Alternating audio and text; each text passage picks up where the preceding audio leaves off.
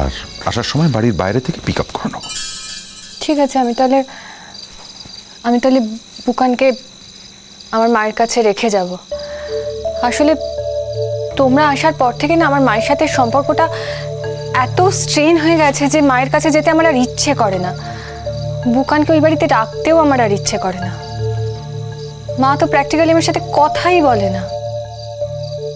I can understand June, কিন্তু কাউকে তো রেসপন্সিবিলিটি নিতে হবে। এটা তো দিঠির রেসপন্সিবিলিটি হতে পারে না।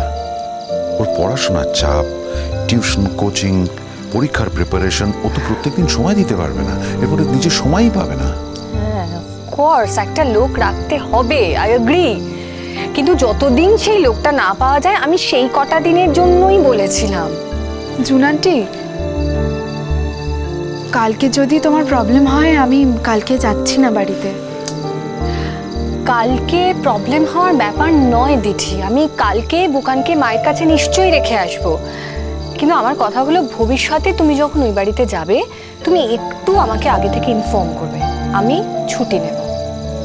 আমি না বুঝতে পারিনি এইটা একটা এত বড় ইস্যু হয়ে যাবে। আমরা সিম্পল কথা বলেছিলাম যে দিঠির এটা রেসপন্সিবিলিটি হতে পারে না। দিদি যখন এখানে এসেছিল আমি তো ভাবতেই পারিনি বুকানের দায়িত্ব ওর ঘাড়ে এসে পড়বে। কিন্তু তুমি কি ভেবেছিলে যে দিঠি একটা বড় মেয়ে ওই বাড়িতে থাকবে, তারপরেও আমি প্রত্যেকদিন বুকানকে আমার মার বাড়িতে রেখে আসবো? মানে বুকান নিজের বাড়িতে থাকতে পারবে না? ও নিশ্চয়ই ওর বাড়িতে থাকবে। জুন, আমার কথাটা একটু ভালো করে বোঝার চেষ্টা করো। আমি শুধু বলতে চাইছি বুকান দিঠির পার্মানেন্ট রেসপন্সিবিলিটি হতে পারে না। ওর নিজস্ব একটা জীবন আছে, ওর এঙ্গেজমেন্ট থাকতে পারে, ও প্রত্যেকদিন সময় দিতে পারবে না। একটা সলিউশন খুঁজে বার করা দরকার, সিম্পল। হ্যাঁ, আমি তো আমার ছেলের জন্য লোক খুঁজছি অনিন্দদা, আমাকে তো একটু সময় দিতে হবে। জুন আন্টি, যতদিন না তুমি লোক পাচ্ছ আমি তো বুকানকে দেখব। কালকের দিনটা একটু বাড়ি থেকে ঘুরে আসি, তারপর তো এর মধ্যে আর কোনো প্রবলেম হবে না। Thank you. হ্যাপি? এবার খেতে চলো। আমার সত্যিই খেতে ইচ্ছে করছিল না অনিন্দদা। আমি বুঝতে পেরেছি, কিন্তু আমাদের মধ্যে যতই ঝগড়া হোক একটা কথা জেনে রাখো, আমরা সবাই একসঙ্গে খাওয়া দাওয়া করবো। তুমি যদি না খেয়ে থাকো তাহলে আমরা সবাই না খেয়ে শুয়ে পড়বো। আচ্ছা, আমার না খাওয়ার সঙ্গে তোমাদের না খাওয়ার কি সম্পর্ক? অনেক সম্পর্ক, একটা বাড়িতে থাকি তো।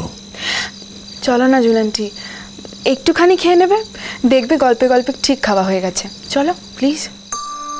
চলো চলো, ওকে, এসো।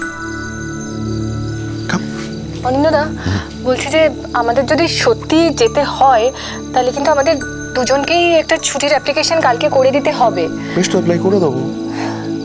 আর অফিস কলিগরা সবাই একটু খেতে চাইছিল, সেটাও একদিন ওদেরকে খাওয়াতে হবে। কিসের খাওয়া? কাম অন অনিন্দদা, তুমি এতদিন বাদে ফাইনালি ওই বাড়িটা থেকে বেরোতে পেরেছো, সবাই মিলে সেলিব্রেট করতে চায়। অফকোর্স। বেশ, তো খাইয়ে দিও। খাইয়ে দিও মানে? আমি একা খাবো না, আমরা দুজন মিলে খাওয়াবো। তুমি ওদের সঙ্গে কথা বলো, কোথায় খাওয়াবে? কোথায় খাবো মানে? ওরা তো বাড়িতেই খেতে চাইছে, আমার বাড়িতে। বেশ, তো ঠিক আছে, ওদের সঙ্গে কথা বলে তুমি ব্যবস্থা করো। খুব মজা হবে বলো, অনেক দিন বাদে অফিস কলিগদের সাথে খুব হইচই করবো, আড্ডা মারবো। আমি রিয়েলি মানে আমার খুব এক্সাইটেড লাগছে জানো। আর দিঠি কোথায় খাবারটা সার্ভ করে দিয়েছে। আসো।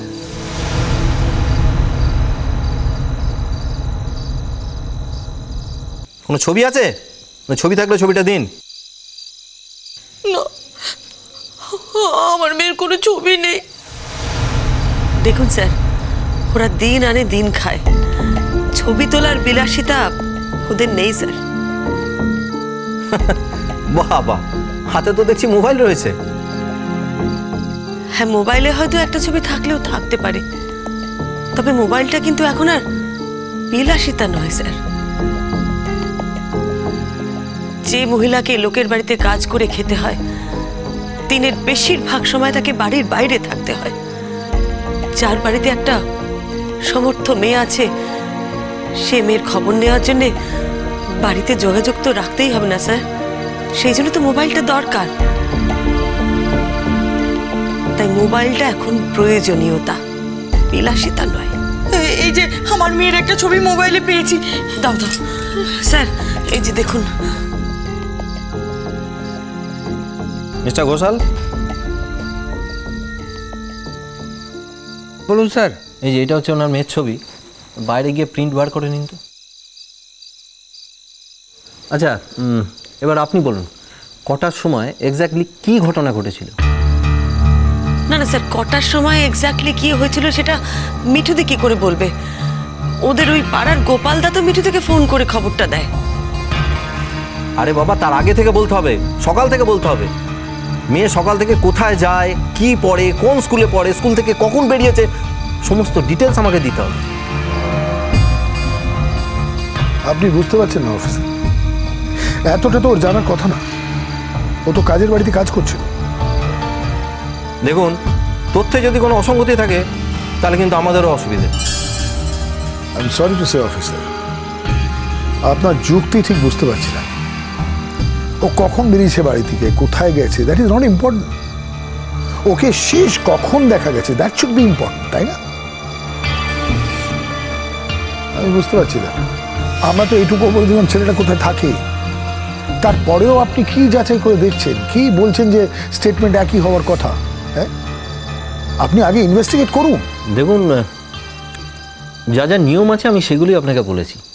বেশ, ঠিক আছে, আপনি যতটা জানেন আপনি ততটাই ওখানে গিয়ে লিখে দিন।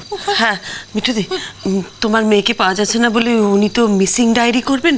তুমি যা যা জানো গুছিয়ে ওনাদের বলে দাও। হ্যাঁ, দেরি করো না, সময় নষ্ট করলে মুশকিল হয়ে যাবে। টিঙ্কা, জানো মিঠুদিকে নিয়ে যা। এসো মিঠুদি। যাও, ওখানে যাও যাও।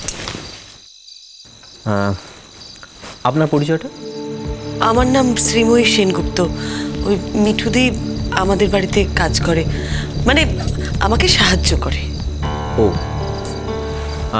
আপনি তাহলে মিস্টার সেনগুপ্ত, তাই তো? না না, আমার নাম উপল ঘোষ। আপনার পরিচয়? উনি আমার বৌদি হন। ও স্যার, মেয়েটাকে খুঁজে পাওয়া যাবে তো? দেখুন, আমরা তো ম্যাজিশিয়ান নই, আমরা তো বললাম যথাসাধ্য চেষ্টা করব। আচ্ছা আচ্ছা, তার মানে আপনি বলছেন যে শুধু ম্যাজিশিয়ানরাই খুঁজে বার করতে পারে, পুলিশ পারে না? দেখুন, একবার বললাম তো, আমরা আমাদের তরফ থেকে যতটা সম্ভব চেষ্টা করব। ঈশ্বর না করুন, আপনার বাড়িতে যদি এরকম কোনো ঘটনা ঘটতো, আপনি কি এরকম করে ভাবতেন বলুন? আপনি ঠিক কি বলতে চাইছেন বলুন তো? আমি যেটা বলতে চাইছি সেটা তো আপনাকে বললাম স্যার। একজন মা তার সন্তানকে হারিয়ে আপনার কাছে এসে আকুতি জানাচ্ছে সন্তানকে খুঁজে দেওয়ার জন্যে। তার মধ্যে কতটা ভরসা আছে, সেই ভরসাটা তো আপনাকে একটু বুঝতে হবে স্যার।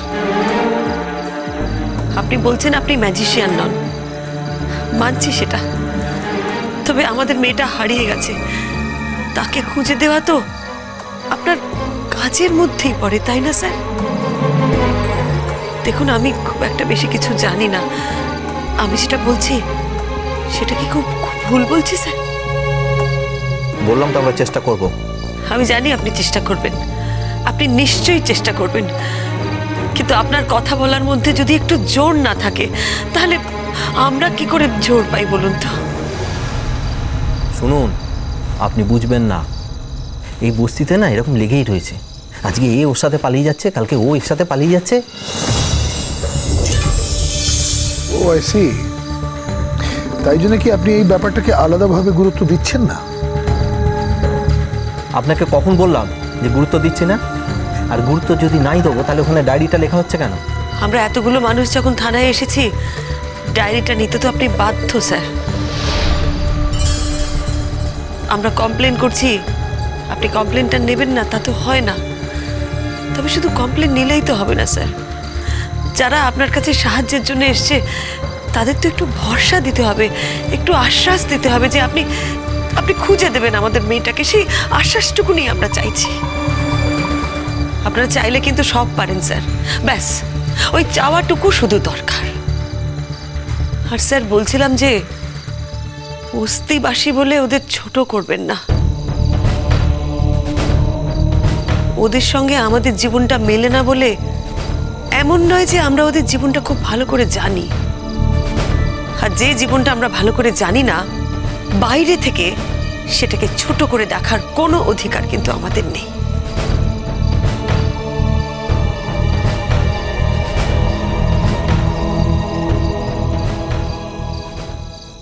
আপনি তো এতক্ষণ চুপ করে ওখানে দাঁড়িয়েছিলেন, তারপর এখানে এসে এত বড় বড় কথা বলছেন। কে আপনি? আমি যেই হই না কেন সেটা তো আপনার জেনে প্রয়োজন নেই।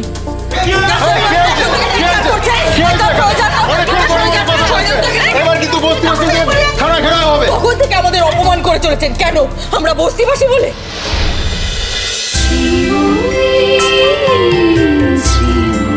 চলো চলো চলো চলো চলো পাল্টাই।